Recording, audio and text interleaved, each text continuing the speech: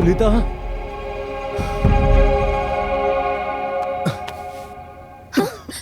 का भइल जी? का भइल? बोली ना का भइल? हाँ? सुनीता, रतिया में हमारा छाती में दर्द उठल रहे, हम बर्दाश्त कर लेली, पर अब दर्द ज्यादा बढ़ गई बा। ए जी, अरे रात से छाती में दर्द होत रहला तो रात के बताओ नहीं है काहे ना। एक काम करी, हमरा साथे डॉक्टर के लगे चली, एक दो खुराक दवाई दे दी है तो ठीक हो जाए। चली चलो उठी, आई चली।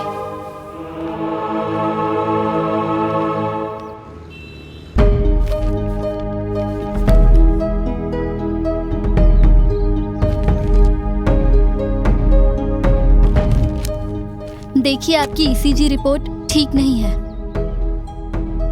जितना जल्दी हो सके किसी हार्ट के बड़े डॉक्टर को दिखा लीजिए, वरना दिक्कत बहुत बढ़ जाएगी। फिलहाल मैं कुछ दवाइयाँ लिख दे रही हूँ जिससे इनको आराम मिलेगा। जी डॉक्टर साहिबा।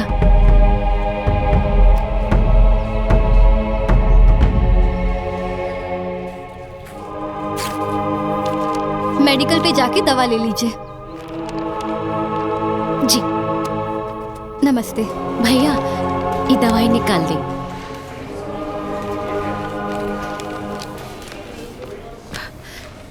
कितना पैसा भइल? 4500। अच्छा,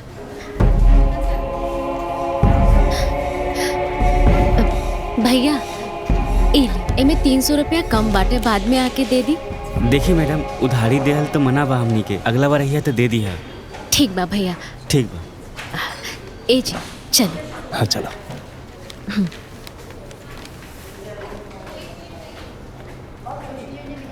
ए ले दवाई खा ली, पानी।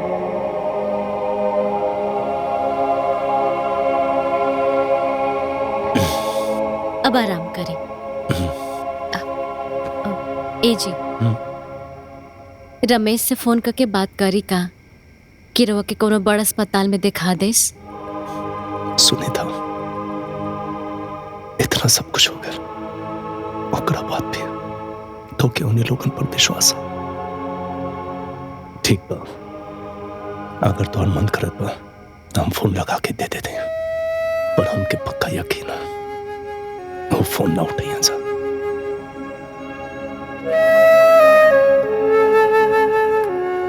लगा दे ले। भैया का फोन। अरे देखा ना, इतना राती के भैया फोन करता रहा। उठाई उठाई, स्पीकर पे डाली। अच्छा, हेलो हेलो रमेश। जी भाऊजी। अब तोरा भैया के छाती में दर्द होखत रहला। अच्छा, तो एजा हम एगो डॉक्टर से दिखावले रानी हाँ, तो डॉक्टर कहले है कि रो ले जाई इनका के कोनो बड़ अस्पताल में दिखाई। रमेश, तू तो सदर अस्पताल में डॉक्टर बाड़ा ना, तो ओइजा कोनो बड़ डॉक्टर से दिखा देना यहाँ के। अच्छा हाँ हाँ। वो दिन तो भैया बड़ी बड़ी बात करके चल गई लाल कि तू लोग मर जाई, बता झाँक के भी ना आई। तेरे वो कोने में उठा के फोन दे देली। चली रख की फोन, दोबारा गलती से भी फोन मत करिया। रमेश। राधिका, खबरदार, रउआ जाए के बारे में सोच ली था कि रउआ डॉक्टर लगे सबके दिखावत फिरत। अरे राधिका, तार दिमाग खराब हो गइल बका। अरे भैया के सीरियस तबीयत खराब बा, तो देखे जाए का पड़ी ना। का देखे के पड़ी? 3-4 लाख के खर्चा कपारे पे आ जाई और तबीयत कुछ खराब नहीं खे। अरे अभी कुछ दिन तो पहले वो लोग गईला हैं, दोनों परानी के कुछ नहीं के भइल बा, बस वो लोग पैसा ही ठीक चाहत बड़े गाँव बुला के।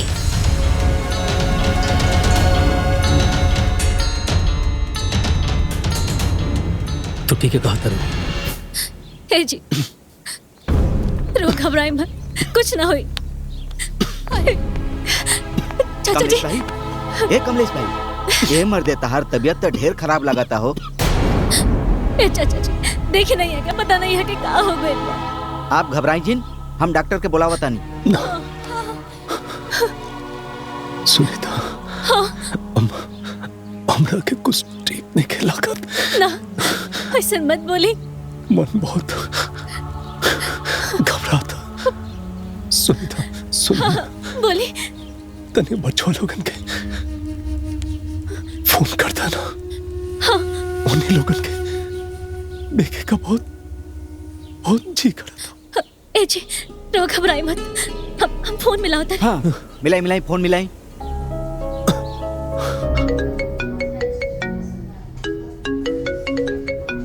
ये भैया के बिना अलगे बेचैनी रहेला।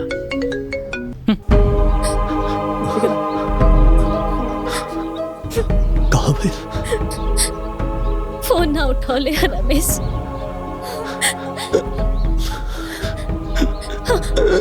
रो रुकी, हम महेश के फोन लगाओ तानी।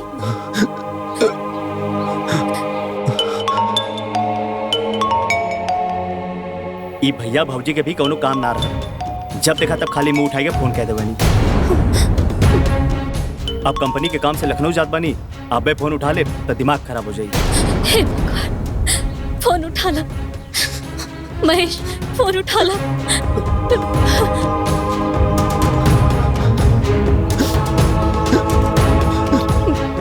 ना जी, फोन ना उठाओ तालो।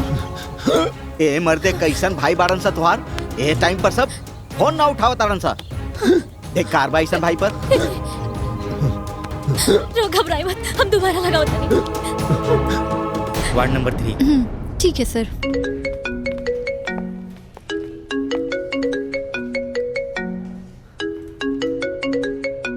अरे अभी कुछ दिन तो पहले वो लोग गए हाँ।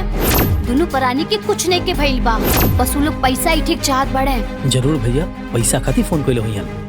अगर फोन उठाएम तो वो लोग के पैसा देवे के पड़ जाई। इससे अच्छा बा कि फोन ना उठाएम। ए कमले,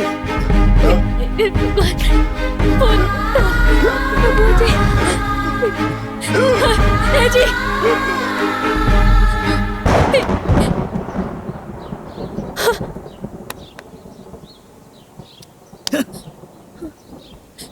जी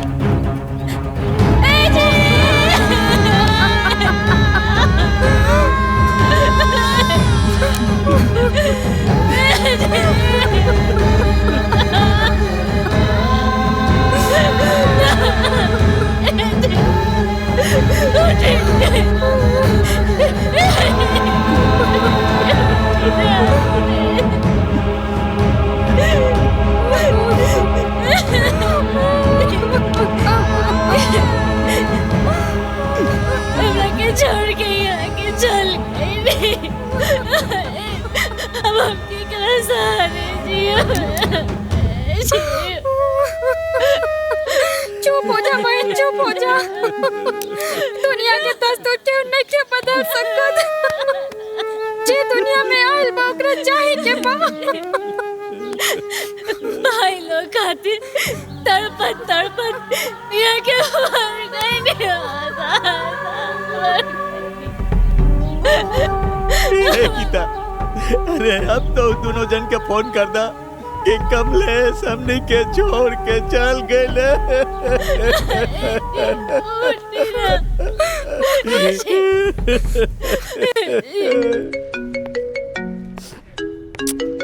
अरे यार, ये भैया भी ना। हेलो रमेश, हम गीता भाभी बोलत तनी। अब सुनीता की तोर भैया दुनिया छोड़ के चल गए।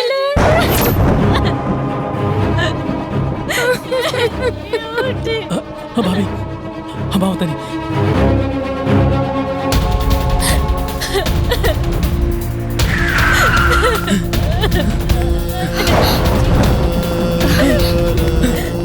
रमेश रमेश रमेश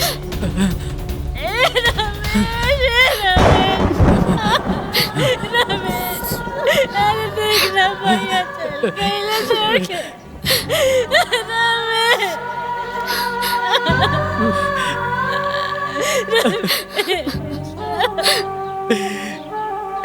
महेश महेश महेश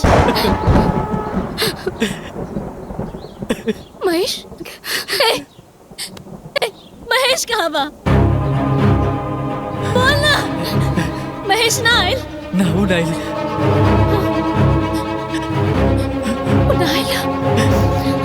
काहे ना आयल?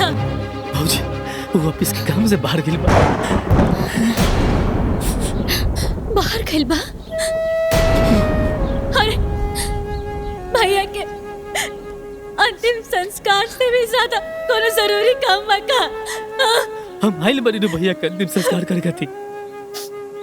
वैसे भी हमारे बहन से बात बढ़ रहे, वो खुदे बोला था कि भैया के अंतिम संस्कार में तू चल जा और आगे कुछ हुई तो हम आ जाए।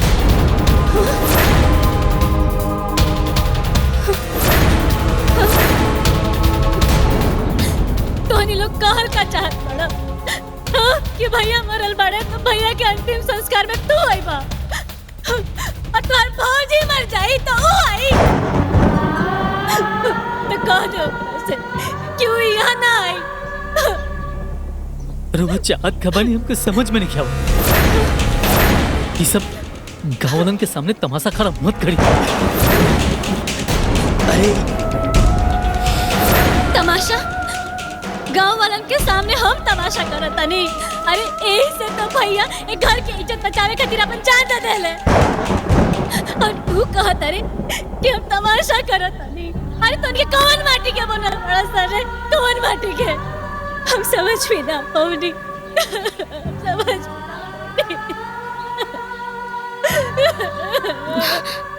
मौजी समझे समझाए के टाइम नहीं के उ लोग चुन गइला ठीक कइला। हमने के आ गइल बनी ना और हम मरब त उ लोग आ जाएंगे।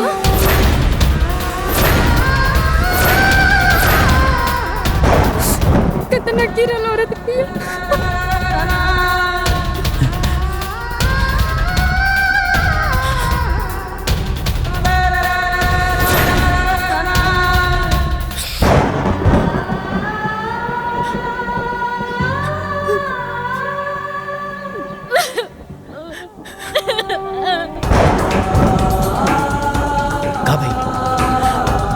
केहू देखा जाके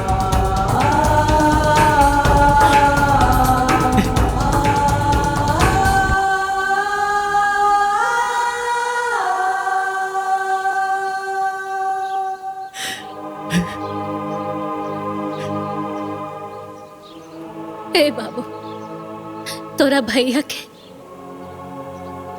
बड़ा अरमान रहा कि इनकर कंधा तू दोनों जना मिल के डालो।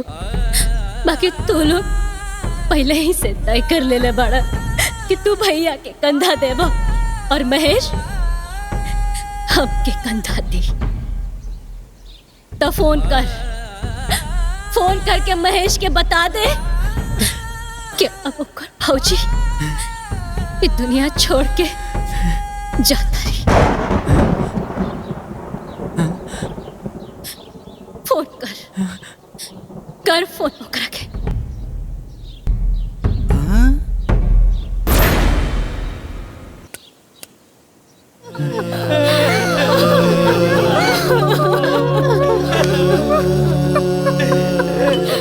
रमेश भैया का फोन। हाँ भैया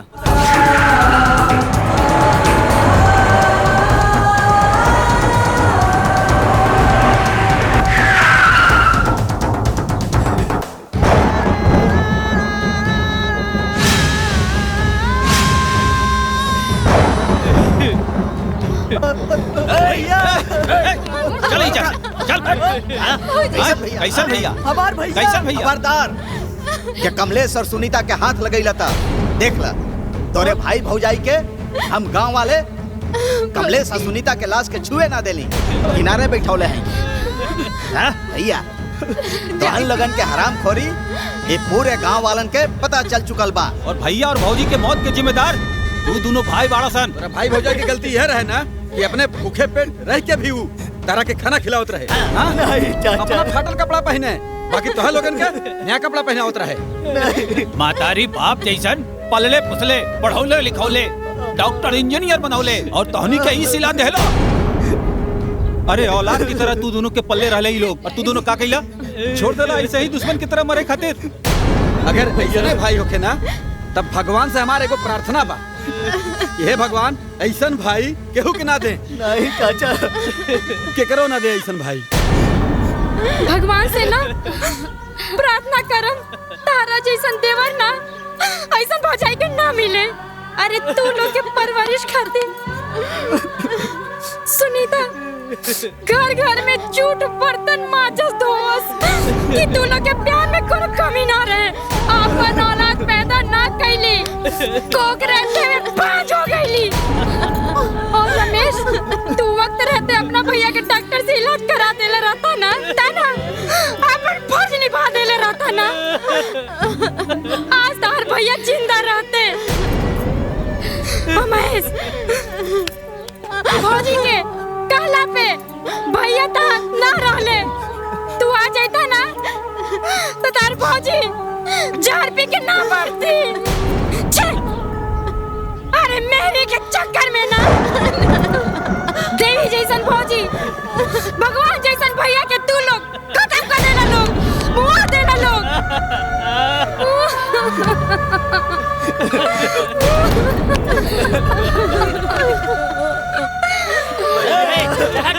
चल चलो भैया। ये मगरमच्छ के आंसू बहावल बंद करा।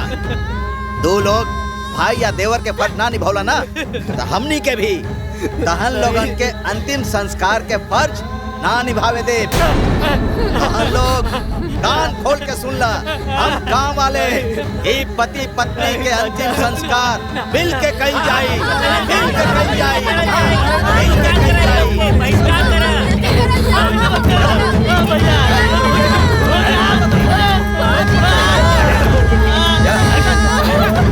ले आवा।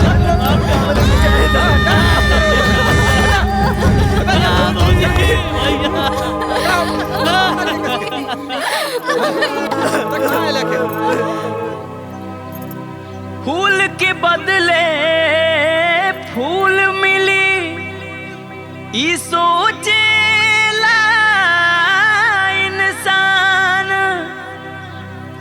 फूल ही कांटा बन जाई, सके न कोई जान।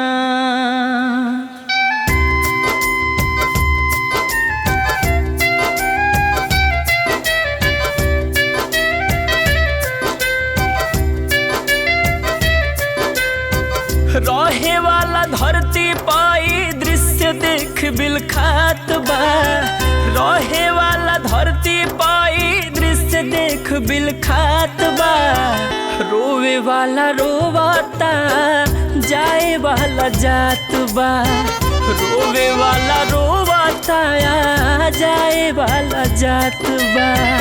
आखिरी दर्शन बाटे, आखिरी मुलाकात बा, रोवे वाला रोवाता जाए वाला जात बा, रोवे वाला रोवाता जाए वाला जात बा।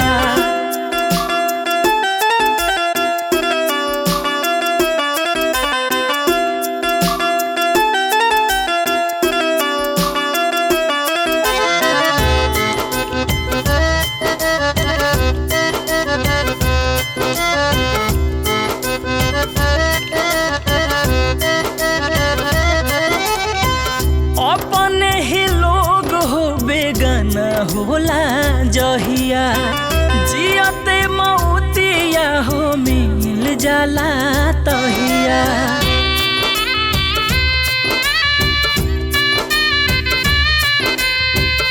अपने ही लोग हो बेगाना होला जहिया, जियते मौतिया हो मिल जाला तहिया, गोलावा से चले वाला कंधा पलदात बा, रोवे वाला रोवाता जाए वाला जात बा, रोवे वाला रोवाता जाए वाला जात बा।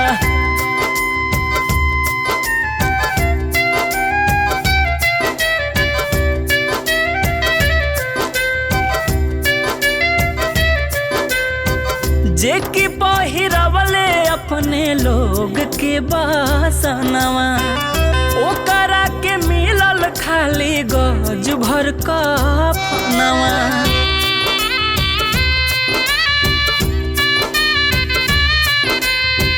जेकी पहिरवले अपने लोग के बासनवा, ओकरा के खाली गज भर कफनवा माटी के शरीरिया जुआगी में फुकात बा रोवे वाला रोवताया जाए वाला जात बा रोवे वाला रोवताया जाए वाला जात बा।